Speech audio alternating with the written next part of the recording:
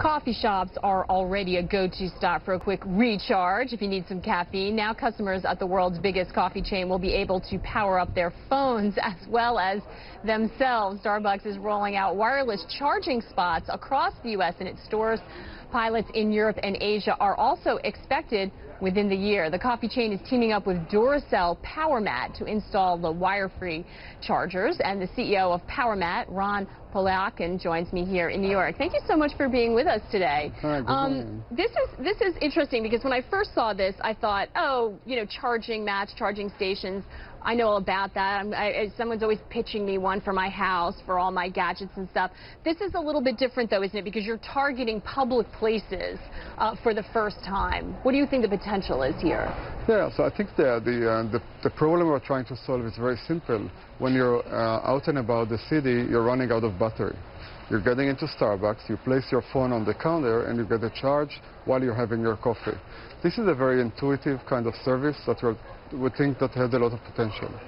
So is this what we're looking at now? Is it that we're looking at pictures? So it looks like you're just sort of putting it on the counter. It doesn't look like any sort of special ledge that you have to have, because I could see there being a mad competition for that one sort of, you know, little pad out there. It's just actually sort of built into the counter. Exactly. Is that right? So that's, this technology is fully integrated to the furniture.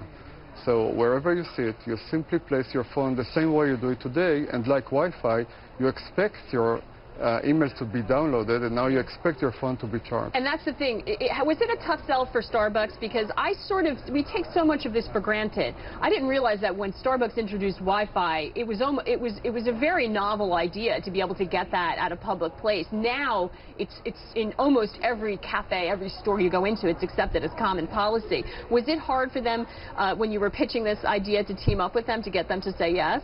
I think the idea is very compelling. I mean, Wi-Fi indeed started in public places. So the analogy between Wi-Fi and charging phones is very simple to understand. The process, though, it's a long process, and you want to make sure that consumer excitement is being generated, that the technology is well integrated to the store experience. So overall, it's a challenge, but it's not a hard pitch. And is this only a commercial outlet? Is that your main focus, or is this a technology that we would also expect to see in furniture that we buy for our home at some point?